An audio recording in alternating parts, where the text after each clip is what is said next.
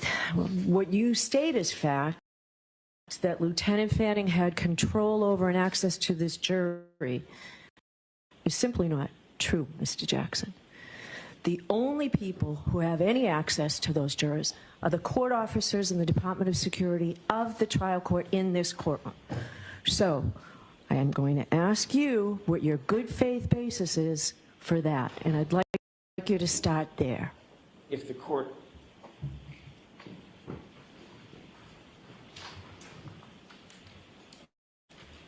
recalls the discussion at sidebar, we were told for the very first time, Your Honor, about this issue concerning the juror and concerning the individual who reported information suggesting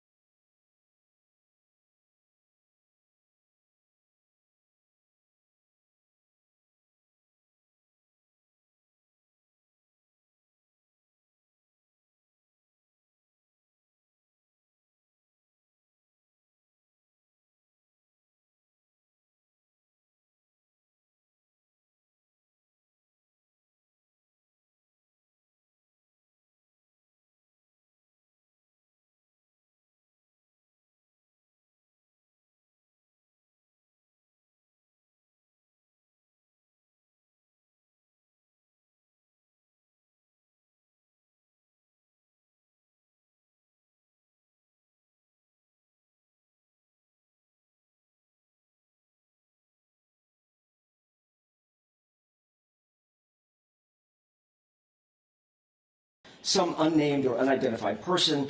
There was no evidence presented at the time. As the court knows, there was no declaration, there was no report, there was no supporting documentation whatsoever, no recording, even though this report to the court through the court officer from Lieutenant Fanning indicated that this juror may be, quote unquote, may be on a recording.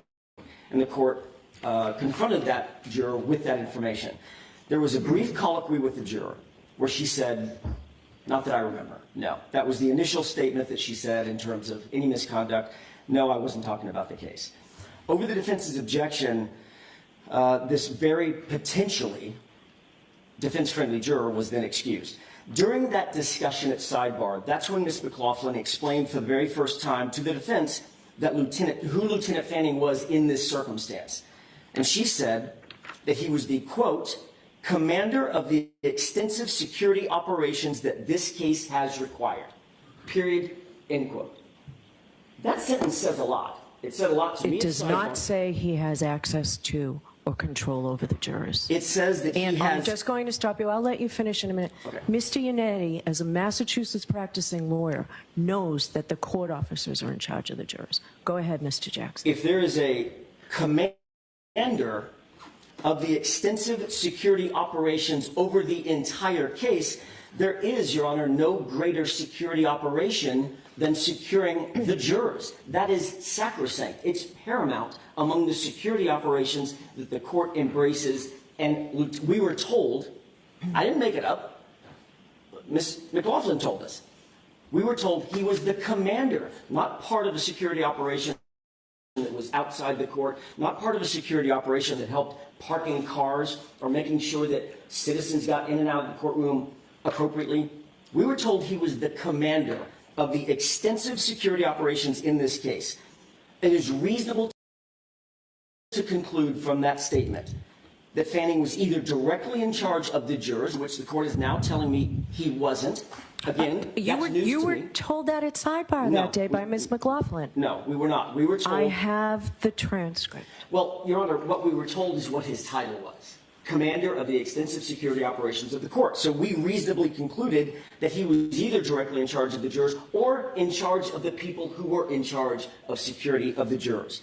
But we were never allowed the opportunity to find out exactly what his role was because the court didn't take evidence, refused our request at the time, in good faith. Both Mr. Unetti and I asked the court to take evidence from Lieutenant Fanning. The court I think it was declined. Ms. Little. I'm sorry? I think it was Ms. Little who asked me to. And what was the court's response? The court's response was to decline that invitation. We didn't take any evidence, which would have drawn down on the issue, so I wouldn't have to make reasonable conclusions. I would actually have the information.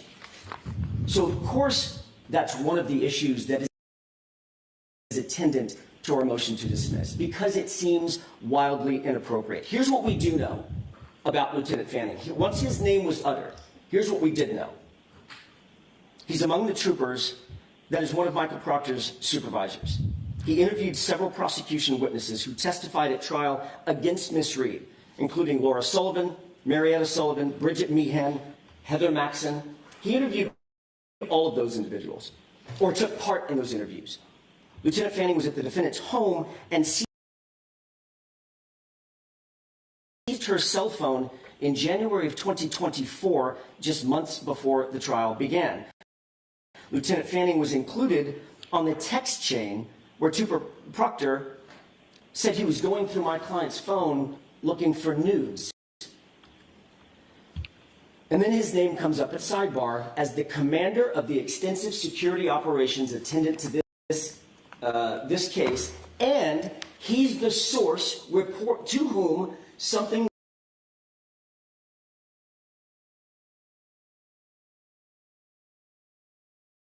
was reported about juror misconduct.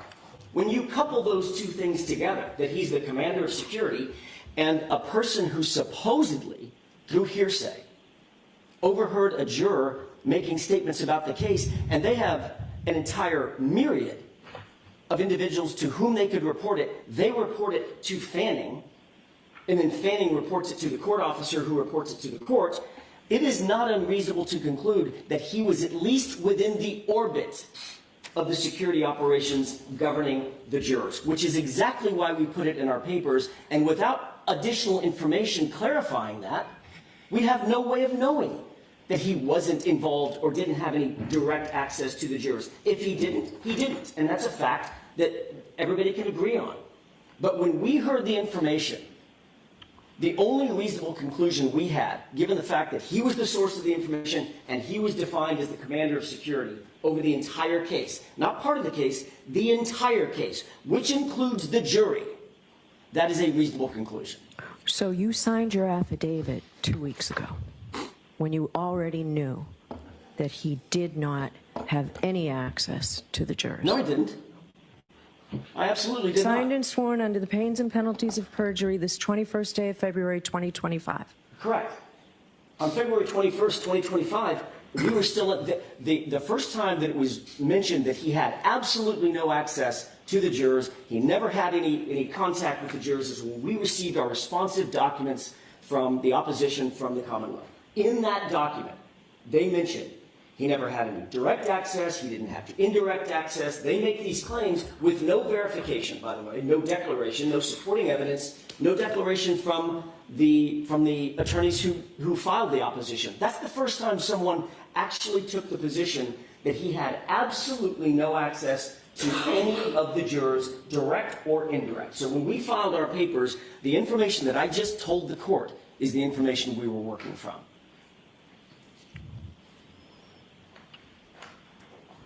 I will let you move on. I can tell you I'm really not satisfied with your answer, Mr. Jackson. Your Honor, Well, put it this way. Let's say it this way. So, now that you know that he had absolutely no access to the jury, what's the nature of the conflict? How is your client's right to a fair trial jeopardized? Is now there that evidence you know that- it's not true. Is there evidence? My question to the court is there evidence that he had absolutely no access, either direct or indirect, with any of the jurors? I don't know that to be true. I mean, I take the court at its word, obviously, clearly. I take So the court we at its will word. we But will the- move on from that, Mr. Jackson. We'll move on from that. So Well, the court's asking what is our evidence of, or what's our indication of the impropriety of him being the person that actually reported this misconduct and ultimately leading to the exclusion of a very, very defense-friendly defense-friendly juror, or presumably a defense-friendly juror, and knowing at the same time that he was intimately involved in the prosecution of my client.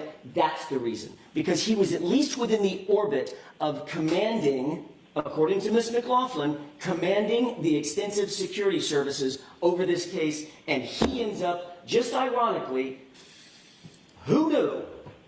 He ends up being the source of the information that got that juror removed. That's awfully coincidental, Your Honor. And yes, that's the foundation on which we built our argument that that shouldn't have happened. He certainly never, ever should have had any access, even in the orbit of the jurors, directly or indirectly, and the court never even inquired as to why he was the one receiving the report. Why Lieutenant Fanning, of all people, who then reports it to the court officer, who then reports it to the court, who then removes the juror? That's an awfully straight line between Lieutenant Fanning, who has an interest in this case, and the removal of a juror. That's improper in our view. And that's why we put it in the papers, and that's why we argued it the way we did. Because we were working off of extremely reasonable beliefs based on information that was provided to us at sidebar in the court's presence. all right, so that's your answer to my question. That's my answer to May I the have a court's moment question. to confer with counsel? Yes.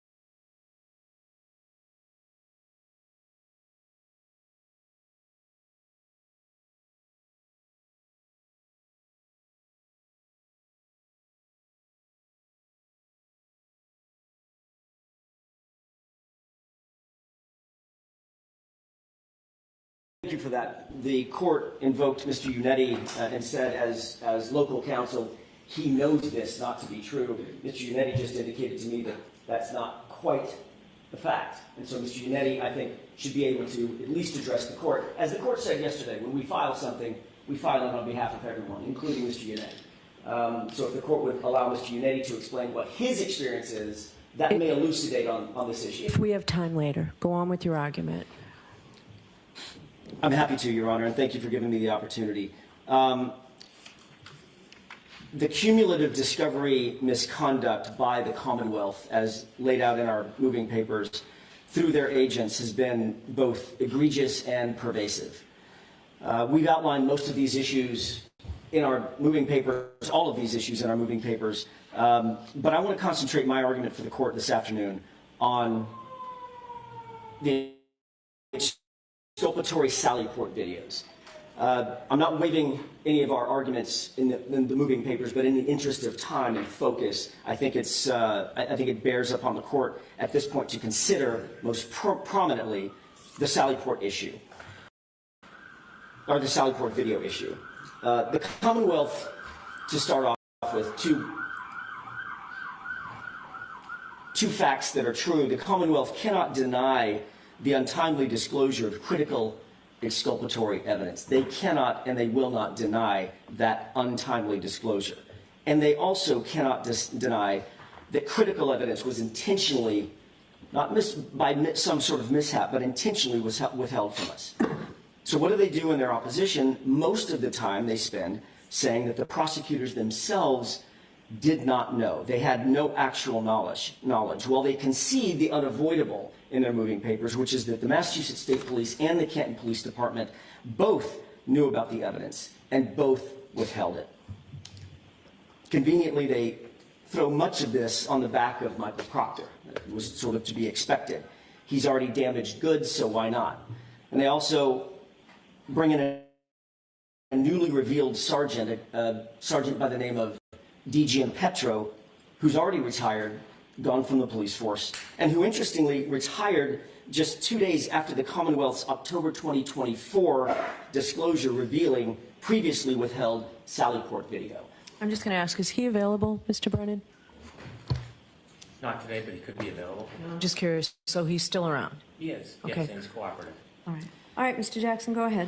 Our motion illustrates that, and by the way, I'll walk through the videos that we did get and when we received them. Our motion illustrates that dismissal in this case is required because of the cumulative impact of clear-cut discovery violations, clear-cut, inexcusable Brady violations. And from a legal standpoint, the conduct in this case is so egregious, it's so pervasive, and it's so deliberate that prejudice must be presumed. We don't have to prove prejudice, it should be presumed. To begin, I want to start the issue by talking about the condition of Miss Reed's passenger taillight.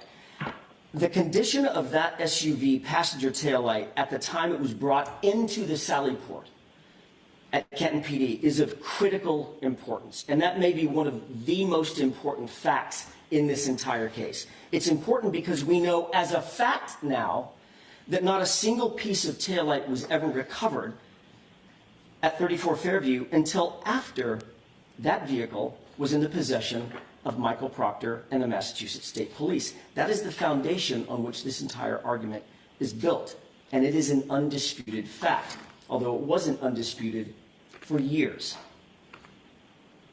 Other material facts that are not in dispute. The Sallyport video has been in the possession and custody and control of the Commonwealth since January 29th, 2022. That is a fact. It's also a fact that none of it, not one bit of it, was ever disclosed to the defense until April 4th, 2024. On April 4th, and I want to walk through what videos we did get and when. On April 4th, we got two videos. One was the Sallyport interior front wall. That was the video that was missing 42 minutes, which was the 42 minutes where it would have shown the car being pulled into the Sallyport. And we also received a Canton Police Department driveway video with the SUV on a flatbed, which did not show the rear end of the car.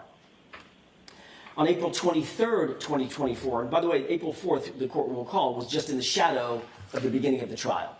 On April 23rd, in the middle of the trial, we received another Sallyport interior back wall video. That was the video that is now sort of famously inverted.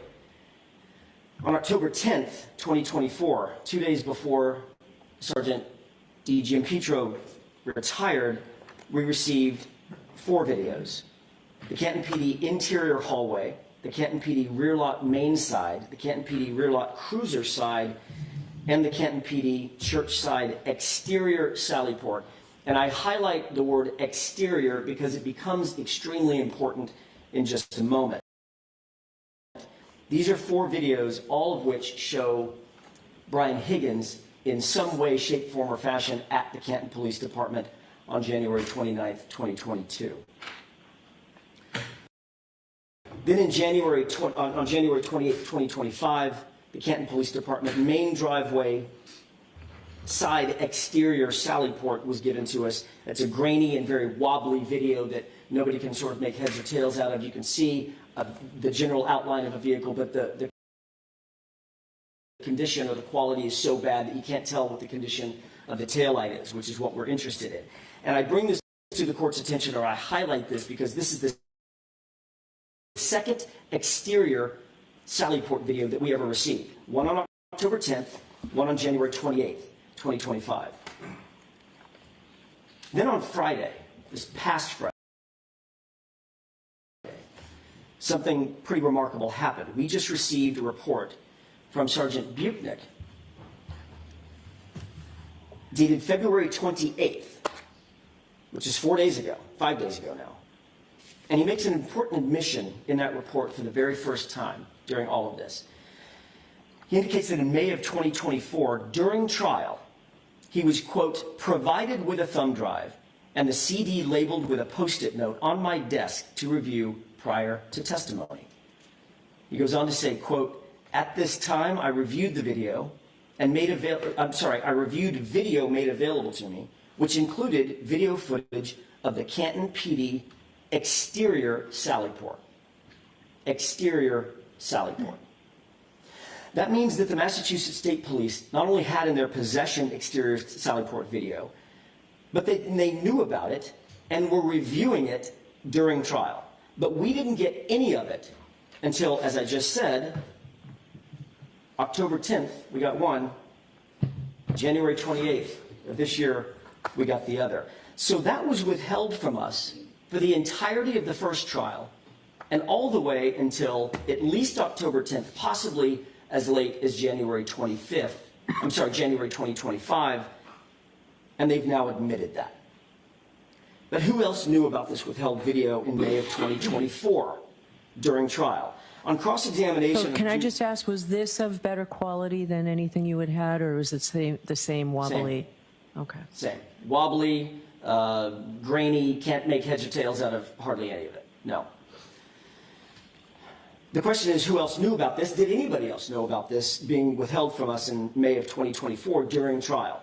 On cross-examination on June 6th, Trooper Buchnick admitted to reviewing video evidence with Mr. Lally in May of 2024 in prep for his testimony. Was that the video that they were reviewing together? Was it the exterior Sallyport video? We now know that Buchnick watched some sort of exterior Sallyport video. He admits it in this report that we just got 5 days ago. And we also know that he and Mr. Lally were reviewing video together before his testimony in May of 2024, because he admitted to that on cross-examination during trial. But I didn't have information about what he was reviewing, because we didn't have the videos.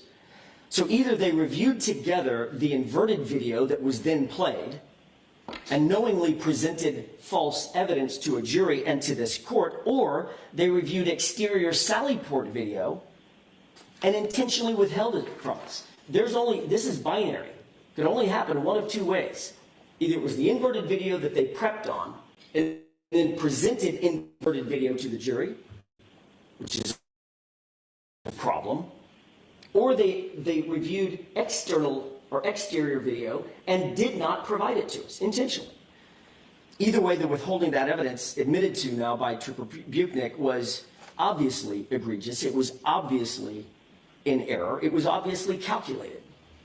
Another important material fact not in dispute: on April 10th, 2024, the DA certified disclosure of, quote, all evidence. Can I just get back to that, what you were just discussing about May 2023? Yes. How is that exculpatory? Because the videos themselves, as the court will see through the presentation of my oral argument, the fact that those videos all just happened to either be grainy, wobbly, missing 42 minutes, or from the wrong angle and flipped backward, all tend to show that the Commonwealth doesn't want the condition of the taillight to be seen by anybody when it's pulled into the Sallyport. That is a reasonable inference. In other words, it's the cumulative effect of the bad videos that helps us. That's why it's exculpatory. All right. And also, could you explain to me the prejudice? I will get to the prejudice as I move through my now argument. or no? If you can, if you're going to do it later, that's fine. I will do it later. I think the prejudice is cumulative. Obviously, we didn't have the information that we needed to be able to cross-examine the witnesses that we needed to be able to cross-examine at the time that it was provided. Okay. It just, very obviously, there were certain videos that were clear from some cameras on other days and other times, but these cameras that were late discovery that was provided to us just so happened to all go out. They all find their way to be defective in one way or another at the exact moment that we would need them. On April 10th, 2024, the DA filed its certification of giving us all evidence that they had in their possession. and that they had done a reasonable inquiry. Both of these, that certification was just flat not true. How could that be true, and we're still getting video evidence that is in their possession, custody, and control in October, in January? How could that possibly be true? It isn't true. And it's illuminating when you look closely at the Commonwealth's opposition to our motion.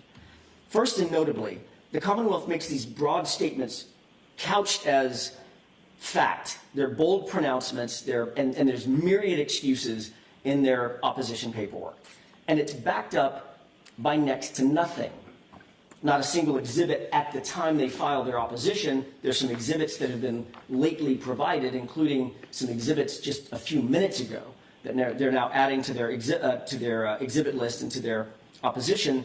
But in point of fact, at the time they filed their opposition, there was no factual support for any of its positions. So are you pointing me to something specific, or are you just saying in general and you'll wrap it up? In general, the only thing that they had attendant to their opposition was this joint affidavit that doesn't address any of the defense allegations at all.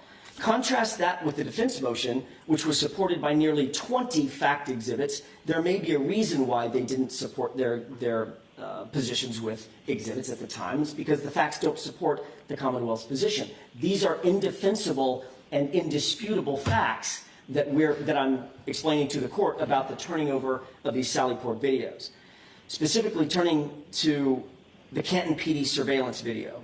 The opposition says, or reads, the Commonwealth provided the defense with a... I just always like to read along. Where does it say it? What page I don't have the page number. Okay. It's the point at which the Commonwealth indicates that they provided 90 photographs. Okay. Crime scene photographs in support of the vehicle in the Sallyport. That is a distraction. What they don't mention in their moving papers is that the date of those photos were all February 1st, 2022. There are no photographs from January 29th, 2022, when the vehicle was brought into the Sallyport. The only thing we would have would be the videos, the surveillance videos, all of which are somehow, some way defective, and which were held in their possession in some instances for nearly 3 years before it was turned over to us. So it's the condition of the car at the time that it was brought into the Sallyport on January 29th at around 5:30 p.m. that matters. That's the only time that it matters. The other evidence referenced by the Commonwealth about a 5 a.m. ring video and Canton police cruiser at 8 a.m. and the independent observations of Dighton police officer Sergeant Barrows, they all corroborate the defendant's contention that the taillight was cracked and not shattered at the time it was brought in to the Sallyport. And we're still talking about the condition of the taillight, obviously, when it was brought into the Sallyport. The Commonwealth next mentions that Lieutenant O'Hara from the CERT team arrives at 32 Fairview Road at 4:56 p.m. They then go on to mention that he was preceded by another trooper at 4:54 p.m. and that the car got to the Sallyport at 5:30, suggesting, obviously, that the search began and taillight pieces were found before the car ever arrived. That would be interesting if it were true, but it's not true. It's a distortion of the truth. It doesn't matter when the CERT team actually arrived and drove up there and sat in their warm cars and waited for other team members. The last team member to arrive didn't arrive until 5:41, 11 minutes, long after the car had already been secured in the Sallyport, long after Trooper Michael Proctor had access to that passenger taillight. The first taillight piece was not seen or found or recovered until 5:45 p.m. after the vehicle's arrival at Canton PD. That was seen. We can see who's got access to the vehicle and who makes access to the vehicle in that inverted video. Once we turn it back around, it's very obvious. It's Michael Proctor milling about at the passenger taillight. These are important details to get right. The timing matters. The opposition claims that the defense theory is quote-unquote evolving. They write that the defense, quote, struggles to establish how the condition of the defendant's broken taillight in Canton, in the Canton PD Sallyport, is in fact exculpatory. How is that exculpatory? the condition of the taillight, that it was cracked and not shattered as it moved into the sally port, how do we struggle to describe that as exculpatory? Of course it's exculpatory. Of course having those videos withheld from us is prejudicial. There is no struggle. It's on the video, it's on the Ring video that establishes that the right rear Lexus hit the back of the Chevy Traverse, cracking its taillight. The Commonwealth, pretty desperate to ignore that inconvenient fact or that inconvenient piece of video evidence, literally previously said in open court that the Lexus only got close to the Traverse, only to be completely impeached when everybody in the courtroom at trial saw that 5,000-pound Traverse jostle, its rear wheel jostle, under the impact of the SUV right at the right rear or the passenger side taillight. Now the Commonwealth, with no factual support, no factual underpinnings whatsoever, says, okay, hang on a second. It did hit it, but it didn't crack the taillight. So whose theory is evolving? Ours or the Commonwealth's? The defense has never wavered. We knew that Michael Proctor, from the very beginning of this case, had been lying about the time he first took possession of that SUV. He claimed that it was at 5:30. The court will recall this. We had litigation concerning this. He wrote it in at least 9 reports that we were able to count. 9 reports or affidavits. Those affidavits sworn under oath, and the Commonwealth repeated that time for nearly 2 years, even going so far as to argue to this court that the defense got it wrong, that we were wrong because we failed to calculate for daylight savings time. So the Commonwealth battled us, and this is something I think the court has to really weigh and balance, the following conduct. The Commonwealth battled us for nearly 2 years on the singular issue of the time that the SUV got to the sally port.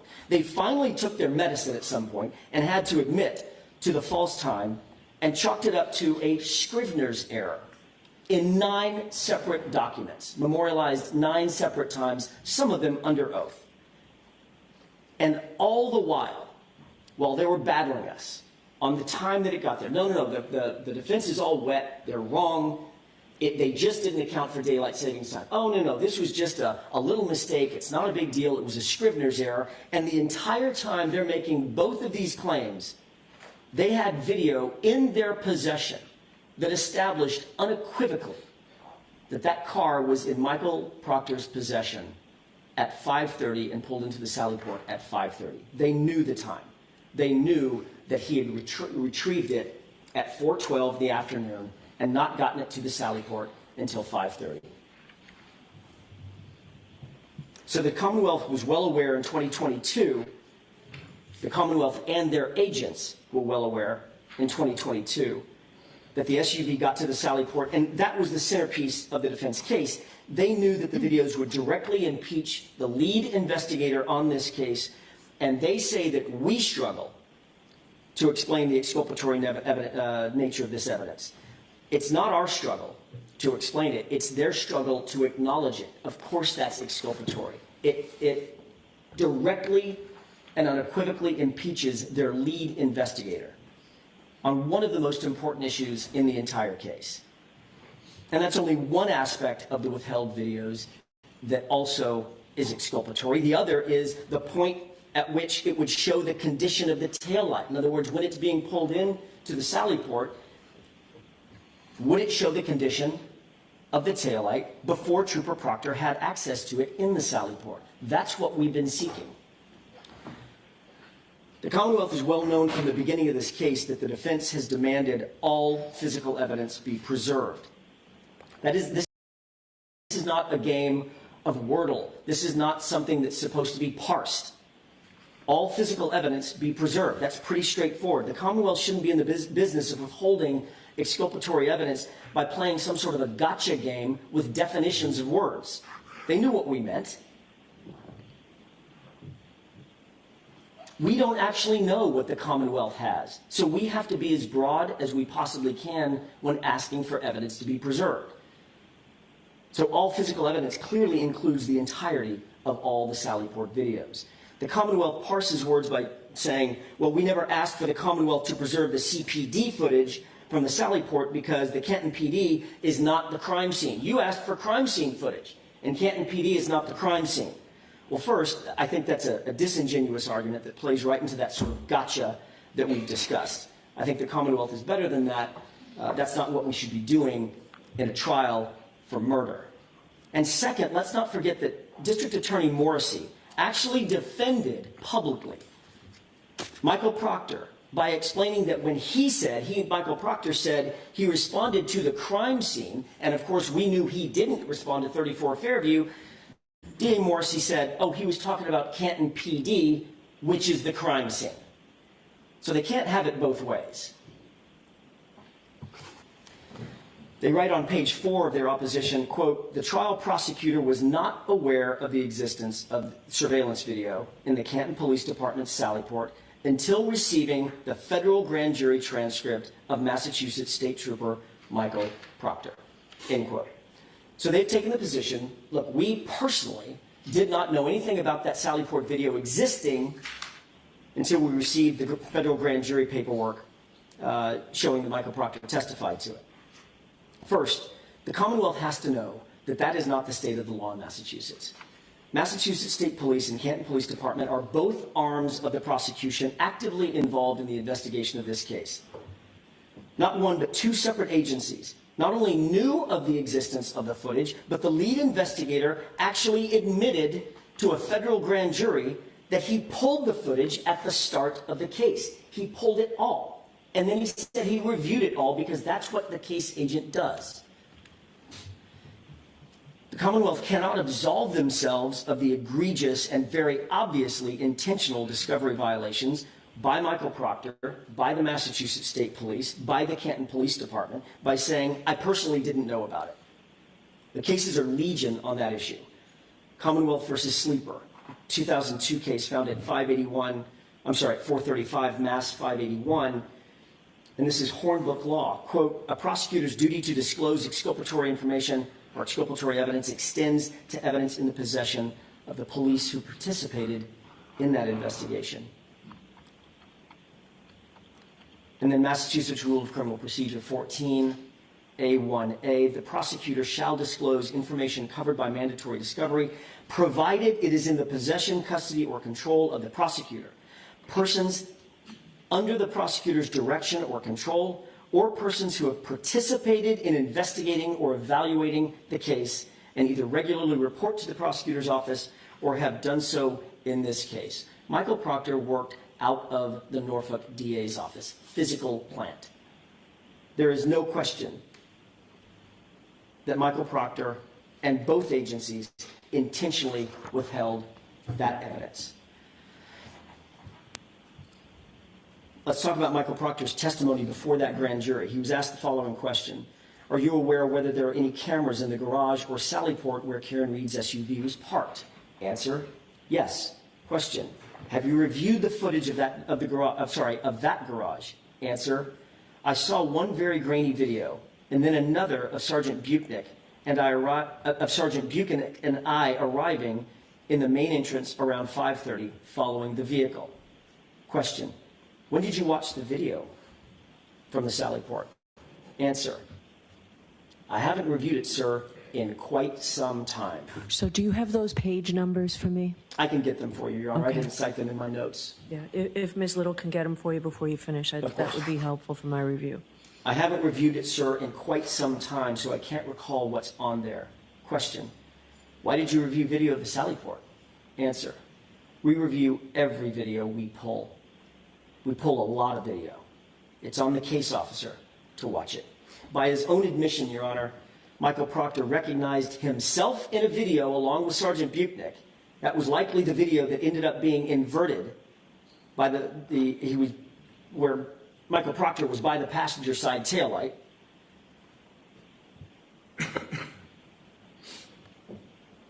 And that was before any taillight material was ever recovered at 34 Fairview.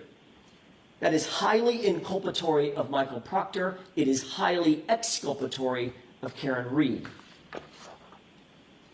Another point of fact, by his statement, Michael Proctor admitted that, quote, we pulled, end quote, the video. That video is on a 30-day overwrite.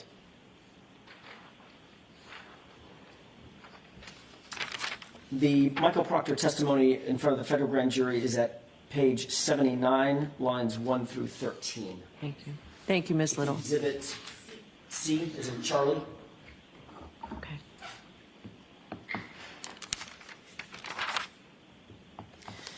The video is on a 30-day overwrite, Your Honor. We all now know that. We didn't know that before just a few weeks ago. I don't expect that the Commonwealth knew that either. This is new to everybody, right? But you have to have pulled the video within the first 30 days to even be able to review it. We've been getting these videos in dribs and drabs for not months, but for years. Actually, it's been months. Hasn't been years. He further admitted that it shows the SUV arriving in the Sally Port at 5:30, which means he wrote those reports and signed those affidavits, the 9 that I was talking about earlier, with full knowledge that there existed a video that he had and had reviewed that proved he was lying. It doesn't get any more exculpatory than that. And that was the video, that was the very video that was withheld from us, from the defense, for 2.5 years until the middle of trial. The Commonwealth says the, quote, trial prosecutor, end quote, was not aware. It's becoming a relatively common refrain in the opposition. That's neither a defense nor a justification for blatant and egregious discovery violations by the Commonwealth and its agents. The fact that the trial prosecutor, whoever that is, it's an interesting use of a name, of a pronoun. I don't know who the trial prosecutor is, but apparently the trial prosecutor, according to the Commonwealth, didn't know anything about this. But that's not a defense. Who is the trial prosecutor? Is it Adam Lally? Is it Laura McLaughlin? Is it both of them? And why are they only referring to one trial prosecutor when there were clearly 2 in the courtroom? They make the statement with no factual support for that anywhere. Again, the only affidavit that was supplied was a type of affidavit I've never seen before, where it's signed under oath by 3 different people. So which sentence goes with which person under oath? The single declaration is odd, to say the least, but it certainly doesn't define who's responsible for what statement in that declaration. We certainly know that it was not Hank Brennan. He was not involved in the first trial, so it can't be him. The Commonwealth writes, quote, the prosecutor had not been alerted to its existence by investigating officers, end quote, but claimed that on April 4th, they promptly presented the defendant with 9 surveillance videos in its possession. The Commonwealth received the federal materials. Were those all from the Canton Police Station? I'm sorry? Were those all from the Canton Police Station, those 9 videos? My understanding is those were from the Canton surveillance. They're talking about the Canton. I didn't go back and audit which 9 they're talking about because I thought we only received 8, but I believe they're all from the Canton. Ms. Little, were they all from the Canton Police Department? Yes, Your Honor. Okay. The prosecutor had not been alerted to its existence by investigating officers, but on April 4th, they promptly presented it to the defense. The Commonwealth actually received the materials that highlighted the fact that these existed in February of 2024, probably around February 21st, 2024, because that's when both sides got all the federal materials. That is not prompt. We presume that Mr. Lally has daily communications or had daily communications with Michael Proctor as the investigator, the lead investigator on the biggest case that the Commonwealth, this office of the Commonwealth has seen in a long time, and it took 2 months to produce an incomplete production of these videos. We didn't even get all of them at the time. The Commonwealth writes, quote, the quality of the video is poor in certain portions. However, this is the condition it was recorded in. Says who? That's a fact question, one that needs to be answered. And it's an important question. Who says that the Commonwealth received these, or I'm sorry, who says that this is the condition that those videos were recorded in?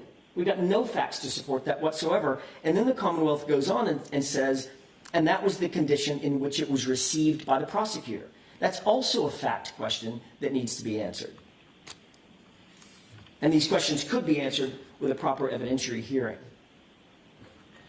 The Commonwealth's representations about Louis Jutras, the technology director for Canton, being subject to cross-examination about the Canton PD video surveillance system is also just not true. They indicate, well, we had access to Louis Jutras and could have cross-examined him on all of these issues. Louis Jutras was called for a very specific reason, the town library video. We had no way of knowing at that time that he had any connection whatsoever with the Canton Police video system. We were not told that until well after trial. That was never disclosed to us, and I think Mr. Brennan used this phrase not long ago, that would have been nice to know of Mr. Louis Jutras. The first time Louis Jutras was ever disclosed as the person who installed the cameras at Canton PD was in a report dated October 10th, 2024. According to Colleen Crawford, and the court's heard her name as well, one of the Commonwealth's experts, Jutras indicated that he replaced and disposed of the camera capturing the inverted video at some unidentified point between January 29, 2022, when the inverted video was actually taken, and July of 2024, because it was quote-unquote defective. Interestingly, that's the only video that's clear. It's inverted, but at least it was clear, and that's the camera that, according to the Commonwealth, was replaced as defective. A week after filing its certificate of compliance, after the defense brought to the court's attention that 42 minutes was missing from the Sallyport video that we did receive, lo and behold, the Commonwealth produces a new video that also purports to show the passenger side taillight, except, as the court now knows, that's the one that was inverted. In the moving papers, in its opposition papers, the prosecution says, well, the prosecution had not previously received this video or knew of its existence. This is now the third or fourth time the Commonwealth sort of runs to this argument, I didn't know. We did not know about its existence. No matter how many times they write it, however, it does not change the Commonwealth's responsibilities. It doesn't change the prejudice that the defense suffered. We should have had these videos at the very beginning. So, Mr. Jackson, I'm just going to ask you how much longer, this is the luncheon recess, but how much longer are you going to be? Probably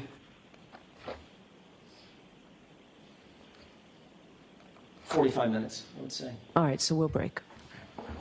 What? All rise, please.